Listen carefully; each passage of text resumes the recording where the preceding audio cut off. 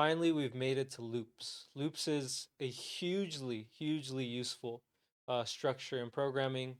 Um, it's hard to think of a program, right, that wouldn't use loops. They shorten our code. So remember the do not repeat yourself principle of programming. Loops are an essential tool for achieving, right, that goal of not writing code that looks really repetitive. So we're going to learn how to master loops, right, how to use them in our code. And then once we get to arrays, we'll also learn that loops and arrays work really well hand in hand. So what is a loop? It's a control structure similar to our if-else branches, right? That lets you repeat a block of code while a condition is true for a set number of times. So we have a condition, but this time, right, rather than executing things one time, like if-else statements, loops are all about repeating it. Um, Now you decide, right, how many times that code will repeat. There are some cases where it won't repeat that many times. Maybe it'll repeat once. Maybe it won't repeat at all, right? So that's up to you, and you define that through the condition. So every time a loop repeats a block of code, we call this an iteration. So that's a vocab word we're going to be throwing around quite a bit in this lesson. So some things that loops are useful for are repeating tasks, iterating through arrays or lists. So we're going to actually learn how to do that.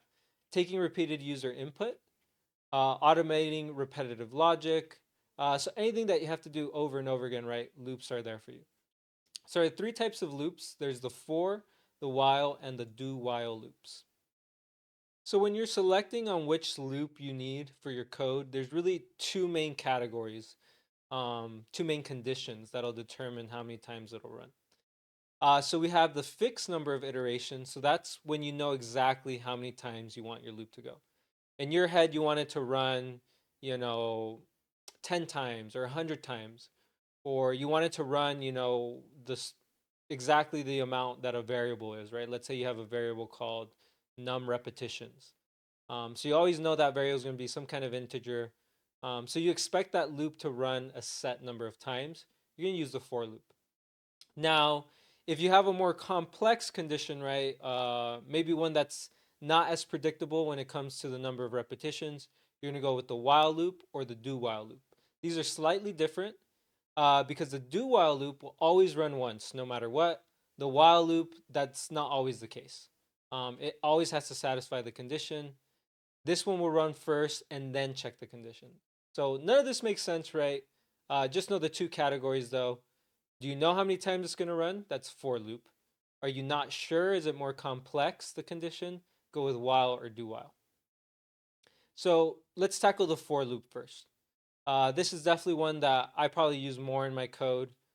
Um, there are cases, right, where I mix it up. It really depends on the program. Most of my programs will probably have both, though.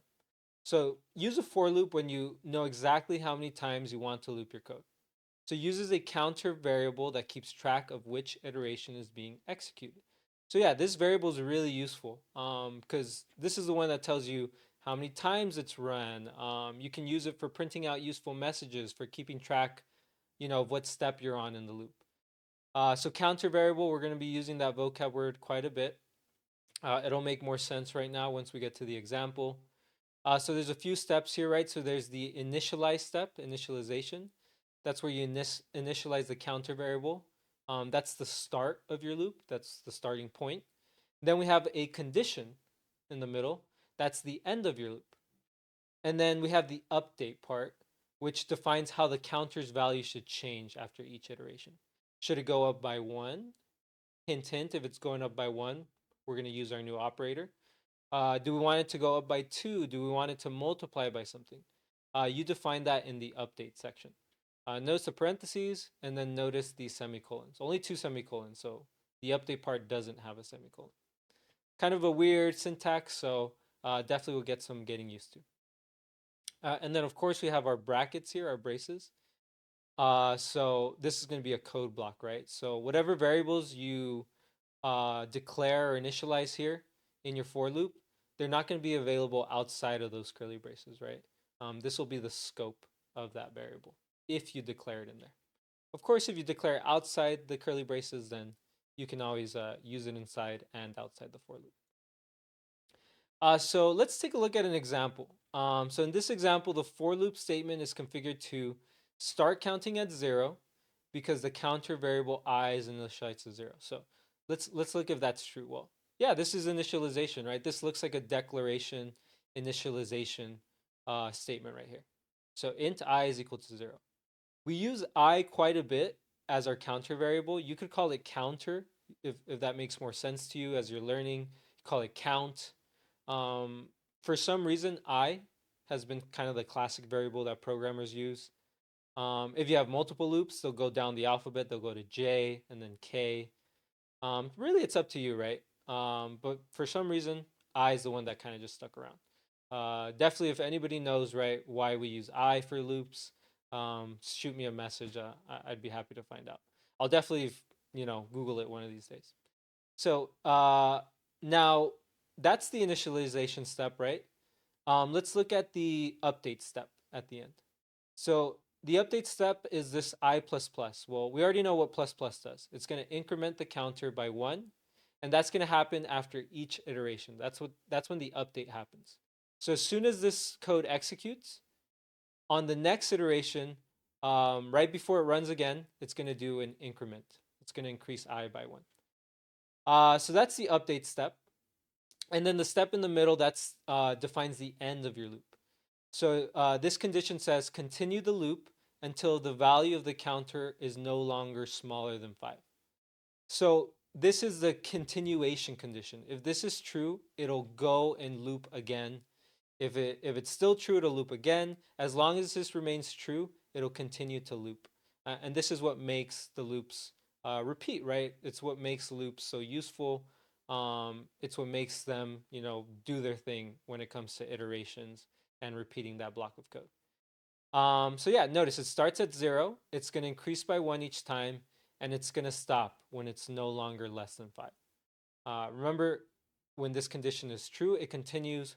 When this condition is not true, then it stops. That's why I say no longer smaller than 5 is when it stops.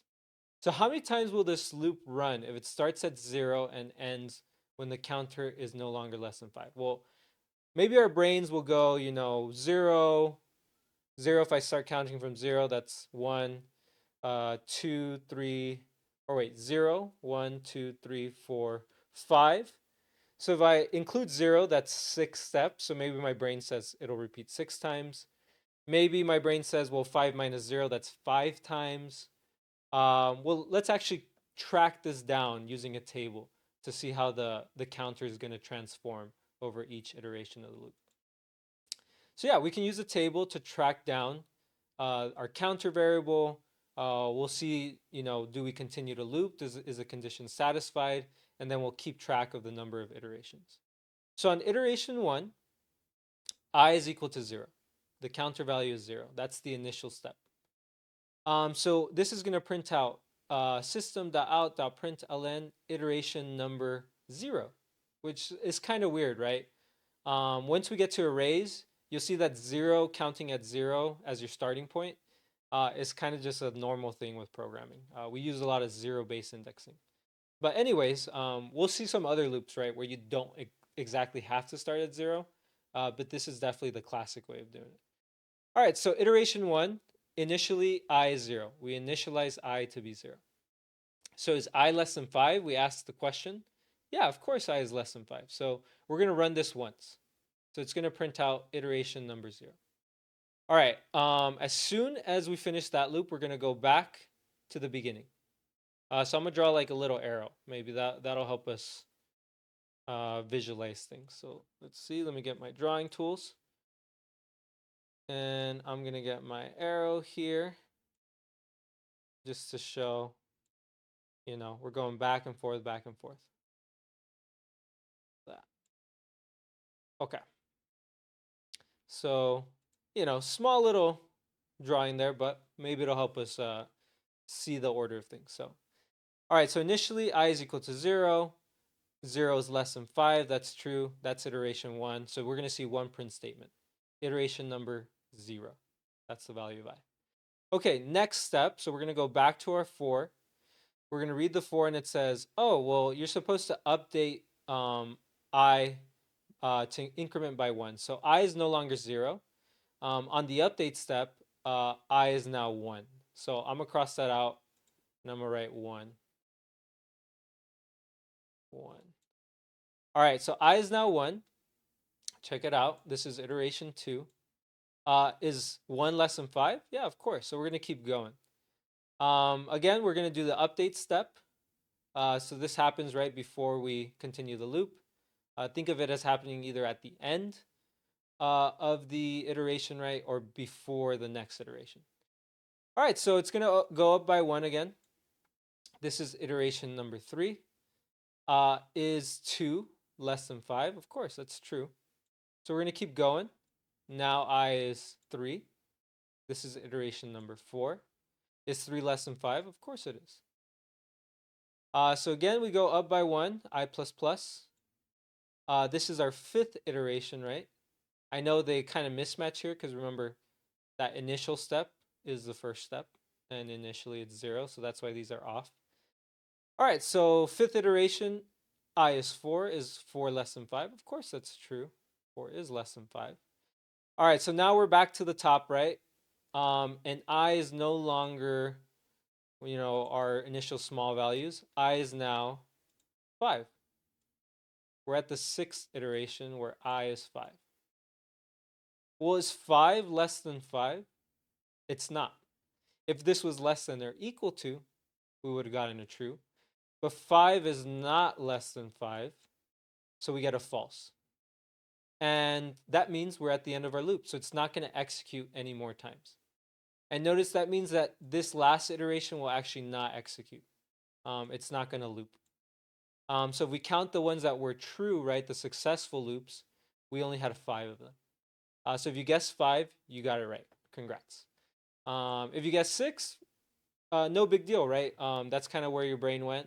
We're going to readjust, right, that thinking, that reasoning, especially with this zero-based counting, right? We're going to have to wrap our head around that. But yeah, that's the first example of the for loop. So yeah, here we can see that based on the configuration, this loop will execute only 5 times. Notice this is the last one that works. So this will be the last value of I that we print out. So if we look at our preview, or not preview, sorry, if we look at the output of our code, it'll say 0, 1, 2, 3, 4. Now, because it ended at 4 doesn't mean there was 4 iterations. There was still 5 iterations. It's just that we started counting at 0. So 1, 2, 3, 4, 5. So 5 print messages because it looped 5 times. And yeah, that's our first example with loops. Hopefully made a little bit of sense, right? Honestly, the best way to get comfortable with loops is code some up. Change the values, see what happens. Sometimes the best way, right, to get comfortable with a new structure, a new syntax, a new tool, right, a new skill set is just to try it out. Try it out on your own, play around with it, and see what happens, right? Of course, use your print messages, right, to kind of get a understanding of what's actually happening with the variables, especially the counter variable, right? That's one that we're going to have to keep track of in our head, especially when we're declaring those for loops. And then when we're writing more complex code, right, we're going to be using that counter variable quite a bit.